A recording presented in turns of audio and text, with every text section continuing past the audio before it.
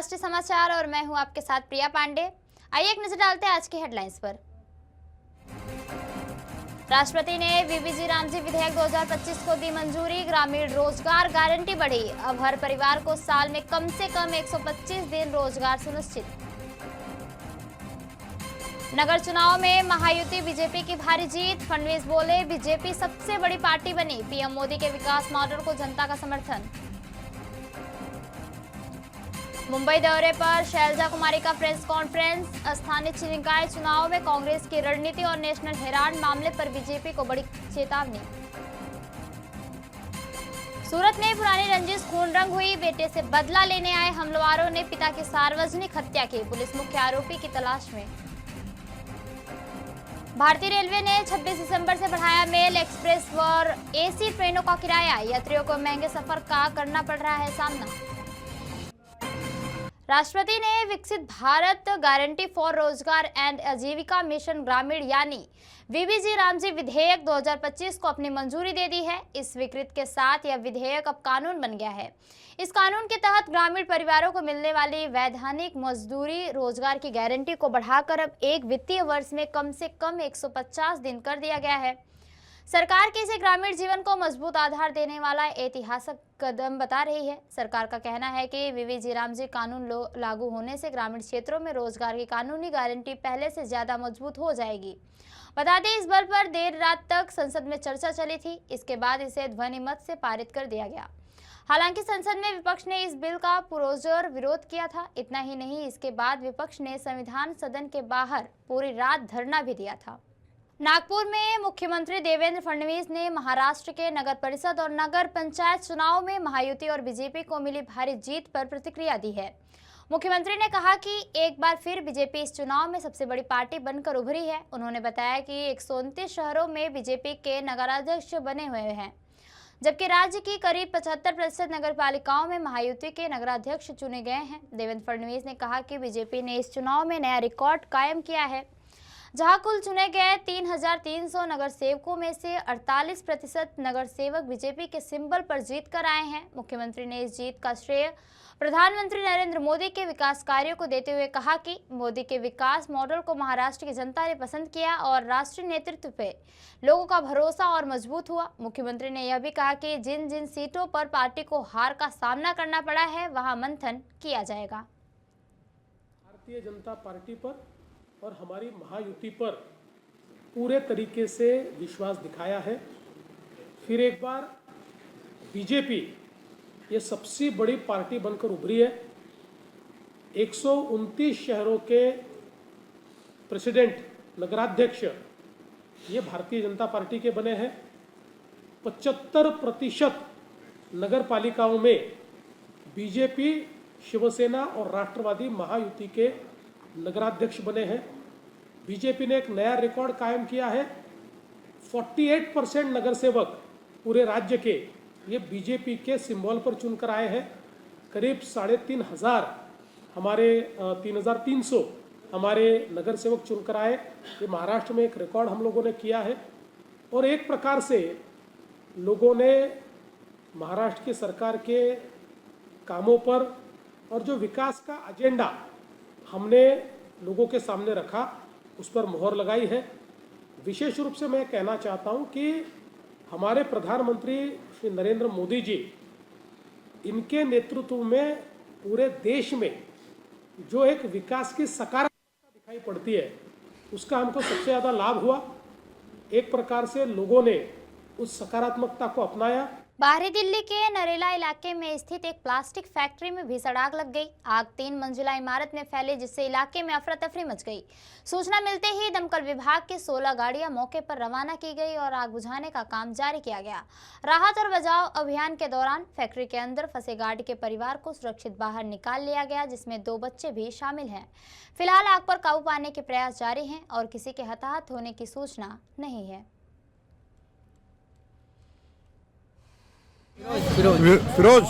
फिरोज किस चीज़ की फैक्ट्री है? ये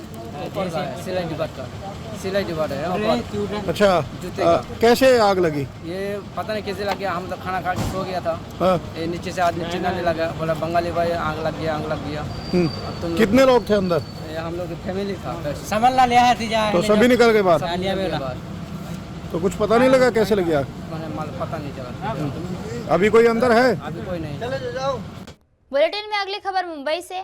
ऑल इंडिया कांग्रेस कमेटी की जनरल सेक्रेटरी और पूर्व केंद्रीय मंत्री सांसद कुमारी सैलजा मुंबई दौरे पर है। मुंबई कांग्रेस कार्यालय राजीव गांधी भवन में उन्होंने एक अहम मुद्दे को लेकर प्रेस कॉन्फ्रेंस की और महाराष्ट्र के आने वाले स्थानीय निकाय चुनाव पर पार्टी की रणनीति को लेकर संकेत दिए। सैलजा कुमारी ने साफ किया कि मुंबई सहित राज्य की महानगर पालिकाओं के चुनाव में कांग्रेस की शीर्ष नेतृत्व की भूमिका को लेकर अंतिम फैसला महाराष्ट्र कांग्रेस कमेटी और स्थानीय नेतृत्व मिलकर करेगा। राहुल गांधी और प्रियंका गांधी के चुनाव प्रचार में आने या न आने पर पार्टी सोच समझकर निर्णय लेगी। इस दौरान सैलजा कुमारी ने नेशनल हेराल्ड मामले को लेकर बीजेपी और ईडी पर तीखा हमला बोला। उन्होंने कहा कि कांग्रेस पर लगातार आरोप लगाए जा रहे हैं, लेकिन पार्टी हर आरोप का कानूनी और राजनीतिक तरीके से मजबूती से मुकाबला करती रहेगी। वहीं बिहार के मुख्यमंत्री नीतीश कुमार के मुस्लिम महिला से जुड़े हिजाब वाले कृत्य को लेकर सैलजा कुमारी ने प्रतिक्रिया देते हुए कहा कि नीतीश कुमार की उम्र और राजनीतिक समझ अब इस तरह के कृत्यों और बयानों में झलकती है और ऐसे कृत्य समाज में गलत संदेश देते हैं। राष्ट्रीय समाचार के वरिष्ठ संवाददाता सर्वेश तिवारी ने मुंबई दौरे पर आई कांग्रेस नेता सैलजा कुमारी से खास बातचीत की। आइए सुनते हैं क्या कुछ कह रही हैं कांग्रेस नेता सैलजा कुमारी। मुंबई में हमारे साथ खास बातचीत के लिए मौजूद हैं कांग्रेस की आला नेता सैलजा कुमारी। सैलजा जी मुंबई आई हैं, अभी चुनाव का आगाज़ यहाँ पर हो चुका है। मुंबई सहित महाराष्ट्र के 29 महानगर पालिका के चुनाव हैं। जिस तरह से बीजेपी के तमाम बड़े नेता, अब तो लोकसभा तक तो सीमित था, विधानसभा तक भी सीमित था, अब नॉर्मल बॉडी चुनाव में भी बड़े बड़े नेता यहाँ पे शिरकत करने लगे हैं। तो कांग्रेस की कुछ ऐसी सोच बन रही है। हालांकि कांग्रेस के यहाँ के जो मुंबई के कार्यकर्ता हैं वो चाहते हैं कि केंद्रीय नेतृत्व से भी बड़े बड़े नेता यहाँ पर आए। पार्टी फैसला करेगी, लोकल हिसाब से ये लोग जो इनको ठीक लगेगा उस हिसाब से फैसला करें। जिसको ये चाहेंगे, पार्टी चाहेगी, उसी हिसाब से चलेगा। कार्यकर्ता और पार्टी चाहती है कि प्रियंका गांधी और राहुल गांधी यहाँ पे तो आएंगे, सब बैठकर फैसला करेंगे इसको। अच्छा, एक चीज़ था कि जिस तरह से नेशनल हेराल्ड का पूरा मामला था, हाल ही में देश भर में इसको लेके कांग्रेस ने विरोध प्रदर्शन किया, बीजेपी के खिलाफ, ईडी के खिलाफ। मुंबई की सड़कों पे हमने देखा आपके तमाम कार्यकर्ता सड़कों पर लेट गए थे, कई गिरफ्तारियां हुई। किस तरह से इसे देखते हैं और क्या मैसेज कुछ कांग्रेस ने दिया है? देखिए, मैसेज यही है कि जब भी इस तरह से कुछ भी हुआ, हमारे नेताओं ने पूरा कोऑपरेट किया। खुद राहुल गांधी जी को 50 घंटा इंटेरोगेट किया गया, सोनिया जी को बुलाया। इसमें कभी हमारी ओर से कुछ नहीं, लेकिन क्योंकि हमें शुरू से मालूम था कि ये भाजपा केवल और केवल पॉलिटिकल वेंडेटा के हिसाब से कर रही है, सेंट्रल एजेंसीज का दुरुपयोग। आप देख रहे हैं 11 साल से इनका यही एजेंडा रहा है कि हमारे नेताओं को कमज़ोर करें, लेकिन इन्हें ये नहीं मालूम कि हमारे नेता कमज़ोर होने वाले नहीं हैं। ना वो दबेंगे, ना वो डरेंगे, ना कार्यकर्ता दबेगा, ना डरेगा। किसी तरह की भी चुनौती हो, हम उसको स्वीकार करते हैं और भाजपा हर तरह के हथकंडे कोई भी अपना ले। हमने देश की आवाज़ उठानी है। राहुल जी कभी भी इनसे दबकर आवाज़ उठानी बंद नहीं की है। राहुल जी ने हमेशा ज़रूरतमंद की, गरीब की बात उठाई, और चाहे भाजपा को कितनी ही कड़वी लगे या इनके नेताओं को कितनी कड़वी लगे, राहुल जी सच बोलने से पीछे नहीं हटते हैं। एक सवाल था कि जिस तरह से नीतीश कुमार का एक नया मामला सामने आया, एक महिला का, वो हालांकि कुछ डॉक्यूमेंट्स दे रहे थे, उनका इस तरह से कहना है, लेकिन चेहरे से हिजाब को हटा देना काफ़ी ट्रोल भी किया गया इस बात को लेके। किस तरह से कांग्रेस देखती है इसे? मैं तो ये कहूँगी कि उनकी उम्र हो गई है, बहुत उनकी उम्र हो गई है। पहले भी कई इस तरह की बातें आई हैं पब्लिक में, तो उनके लिए मैं समझती हूँ ये सब के लिए एम्बैरेसमेंट की बात है। रही बात किसी भी महिला पर, कोई भी, चाहे उसका बुर्का है, चाहे घूंघट है, या कोई कुछ भी इस तरह की बातें, तो देखो बाद में उसके एक्सप्लेनेशन कुछ भी दें, लेकिन ये कोई अच्छा नहीं लगा, किसी को भी अच्छा नहीं लगा। ऐसा नहीं होना चाहिए। जहाँ तक मेरी जानकारी है, मैं कांग्रेस के सभी महिला कार्यकर्ताओं या पुरुष कार्यकर्ताओं, सबकी इच्छा है कि मुंबई की सरजमी पे राहुल गांधी, प्रियंका गांधी दोनों एक साथ यहाँ इस मैदान में स्टेज पर नजर आए। चलो वो देखेंगे, वक्त बताएगा।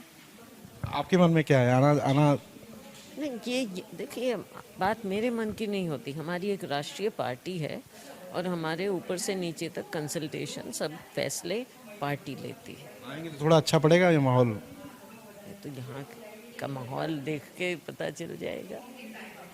ये थी शैलजा कुमारी जो सीधे राष्ट्रीय समाचार से बातचीत कर रही थी।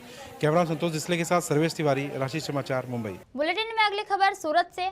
सूरत शहर के उधना इलाके में एक बार फिर अपराध का ग्राफ बढ़ता नजर आ रहा है। पुरानी रंजिश में बेटे से बदला लेने की सनक ने एक पिता की जान ले ली। इस दिल दहला देने वाली वारदात के बाद पूरे इलाके में दहशत और आक्रोश का माहौल है। उधना के अशोक सम्राट नगर में रहने वाले और मूल रूप से महाराष्ट्र के निवासी 50 वर्षीय धनराज भीमराव तायडे की 4 से 5 हमलावरों ने सार्वजनिक रूप से चाकुओं से गोद कर बेरहमी से हत्या कर दी। बताया जा रहा है कि यह हत्या पुरानी मारपीट की रंजिश का नतीजा है। मिली जानकारी के अनुसार मुख्य आरोपी दीपक नगराडे और मृतक के बेटे विक्की के बीच कुछ समय पहले तीखी मारपीट हुई थी। उसी रंजिश का बदला लेने के इरादे से दीपक अपने साथियों के साथ विक्की पर हमला करने पहुंचा था और हमले के दौरान विक्की किसी तरह अपनी जान बचाकर भाग निकला, लेकिन हमलावरों के हत्थे उसके पिता धनराज तायडे चढ़ गए। बेटे के न मिलने से बौखलाए आरोपियों ने बुजुर्ग पिता पर चाकू से ताबड़तोड़ वार कर उन्हें मौत के घाट उतार दिया। हमलावरों का पीछा करते हुए भागने का दृश्य सीसीटीवी कैमरों में कैद हुआ है और स्थानीय लोगों का आरोप है कि मुख्य आरोपी दीपक नगराडे इलाके में अवैध शराब और गांजे के धंधे से जुड़ा हुआ है और उसकी गैंग से आए दिन हथियारों के साथ आतंक मचाती रहती है। इस घटना के बाद इलाके में भय का माहौल है। वहीं मृतक परिवार गहरे सदमे में है। परिजनों ने आरोपियों को कड़ी से कड़ी सजा देने और पुलिस द्वारा सख्त कार्रवाई की मांग की है। घटना की सूचना मिलते ही उधना पुलिस का काफिला मौके पर पहुंचा और पुलिस ने शव को पोस्टमार्टम के लिए भेजकर हत्या का मामला दर्ज कर लिया है। राष्ट्रीय स्वयंसेवक संघ आरएसएस के प्रमुख मोहन भागवत इन दिनों पश्चिम बंगाल के 4 दिवसीय दौरे पर हैं। रविवार को उत्तर बंगाल के कोलकाता पहुंचे भागवत ने साइंस सिटी सभागार में आयोजित कार्यक्रम को संबोधित किया। आरएसएस के प्रमुख ने कहा कि कई लोगों में संघ को भाजपा के नजरिए से समझने की प्रवृत्ति होती है, जो एक बहुत बड़ी गलती है। संघ की स्थापना का सार एक ही वाक्य में है, भारत माता की जय। उन्होंने कहा कि भारत केवल एक देश नहीं बल्कि अपनी खास संस्कृति, परंपरा और स्वभाव का नाम है। संघ का लक्ष्य इन मूल्यों को बनाए रखते हुए भारत को फिर से विश्व गुरु बनाने के लिए समाज को तैयार करना है।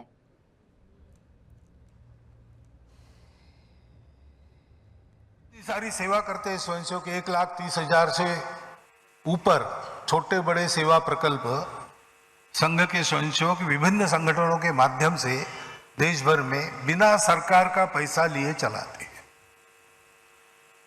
अब कोई भी कह सकता है कि संघ एक सर्विस ऑर्गेनाइजेशन है, तो गलती होगी।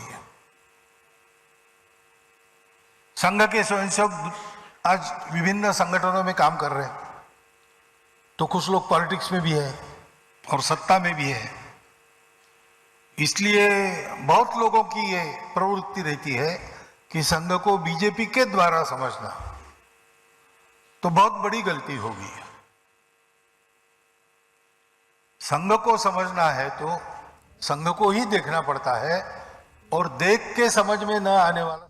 बुलेटिन में अगली खबर दिल्ली से। भारतीय रेलवे ने 26 दिसंबर से मेल, एक्सप्रेस और एसी ट्रेनों के किरायों में बढ़ोतरी का ऐलान किया। किराया बढ़ने के बाद यात्रियों को महंगे रेल सफर का सामना करना पड़ेगा और उसी को लेकर नई दरों को लेकर यात्रियों में नाराजगी देखने को मिल रही है।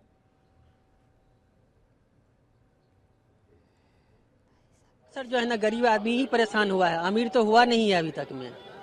बढ़ाएंगे उसके लिए जो गरीब आदमी क्या मुद्दा उठाएगा? जो होता है वो देता हुआ चला आ रहा है। इसके लिए जो है ना, ये सब बातों पे जो है ना, मंत्री हो, बड़ा बड़ा आदमी हो, उस पर छोटे छोटे आदमी को देखना जरूरी होता है। इससे ज़्यादा हम क्या कर सकते हैं? हमारा काम है, जाऊँगा किराया बढ़ाएगा तभी जाना होगा, कम रहेंगे तभी जाना होगा।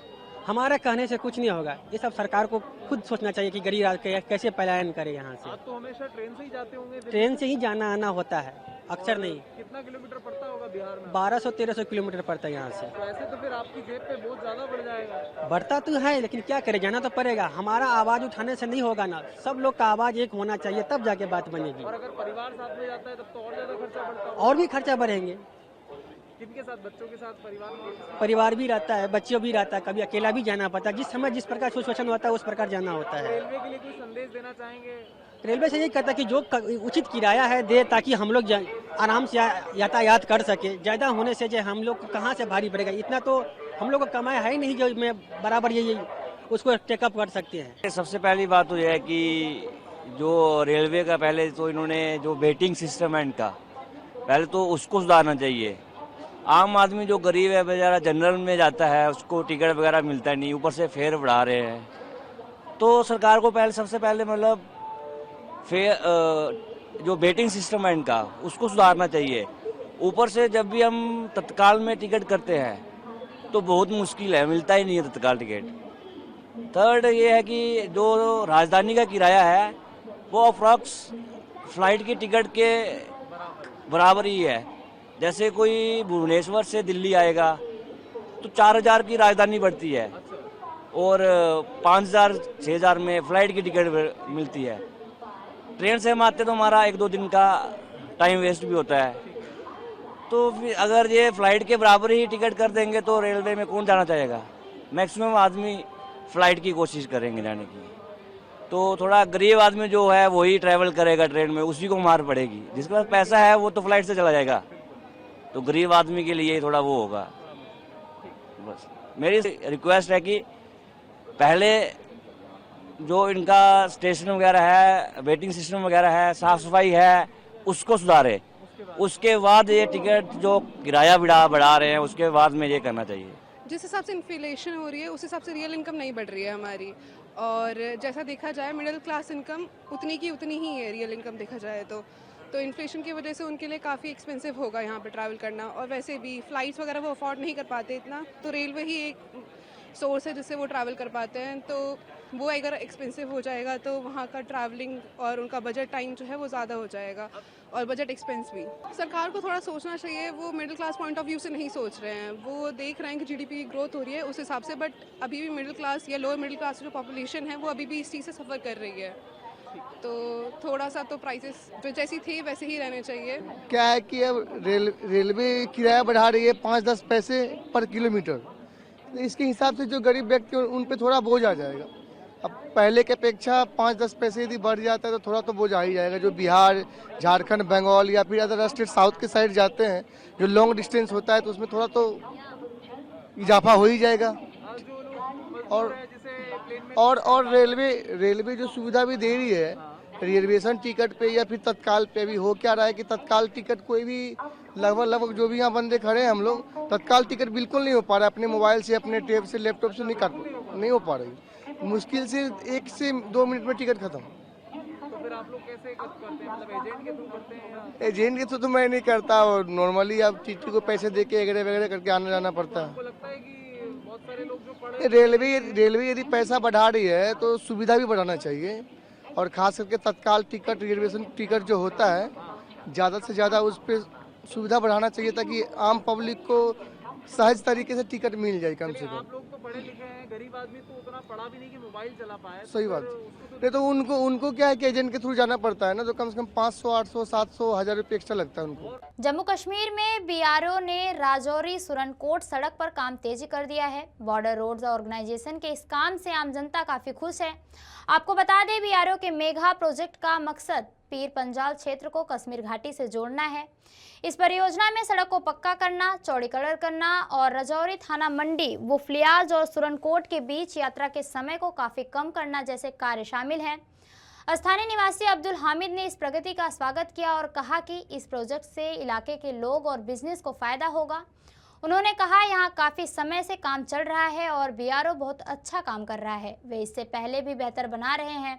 मुझे लगता है कि यह आने वाले मार्च तक पूरा हो जाएगा। इससे बहुत से लोग और उनके बिजनेस को फायदा होगा।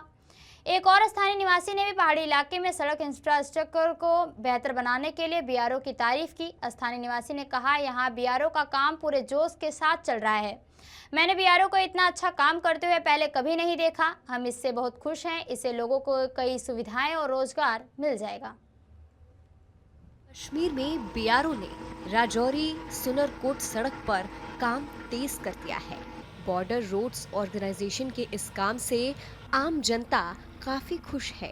आपको बता दें, बीआरओ के मेघा प्रोजेक्ट का मकसद पीर पंजाल क्षेत्र को कश्मीर घाटी से जोड़ना है।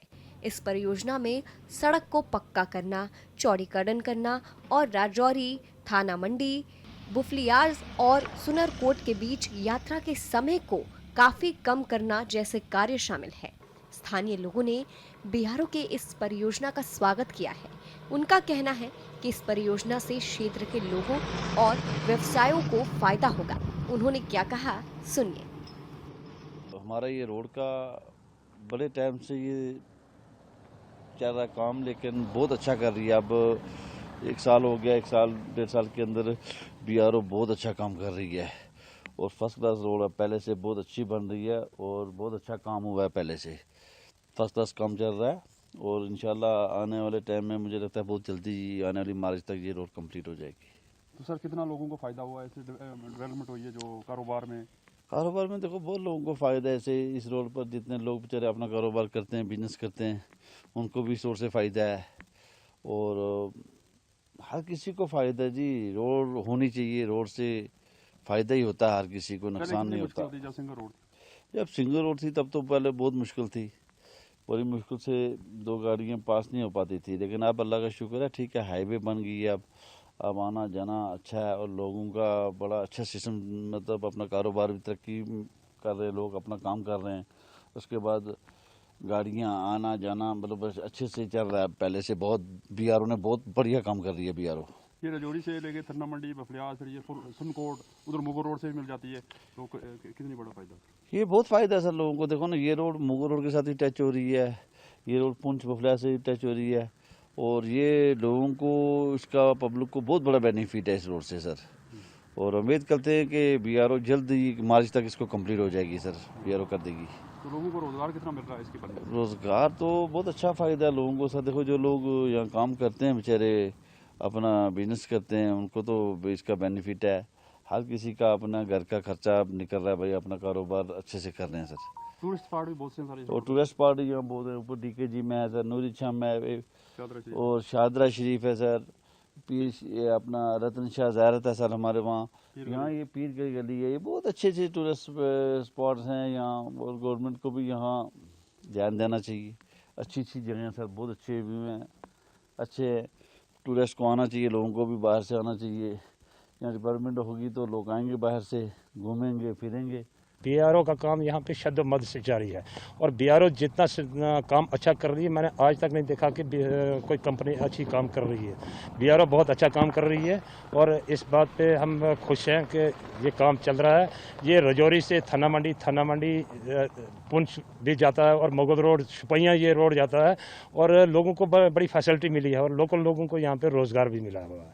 यहाँ पे सर कितना आप रोड, ये सिंगल ट्रैक होता था, अब ये पहाड़ काट के और ये रोड बनाई है और ये वाल भी बन रही है साइड में, तो कितना बड़ा चेंजिंग आई है यहाँ पे। तो पहले तो सिंगल रोड था, अब ये जो पहाड़ियाँ काट के बीआरओ की तरफ से पहाड़ियाँ कटवाई गई और ये पहाड़ियाँ काट के ये डबल रोड हो गया है और अब इसमें थोड़ा जो स्ट्रेच बचा है ब्लैक टॉप के लिए, ओवरऑल ये कंप्लीट है। थोड़ा बहुत छोटा मोटा जो दीवारों का काम पेंडिंग है वो भी कंप्लीट हो जाएगा।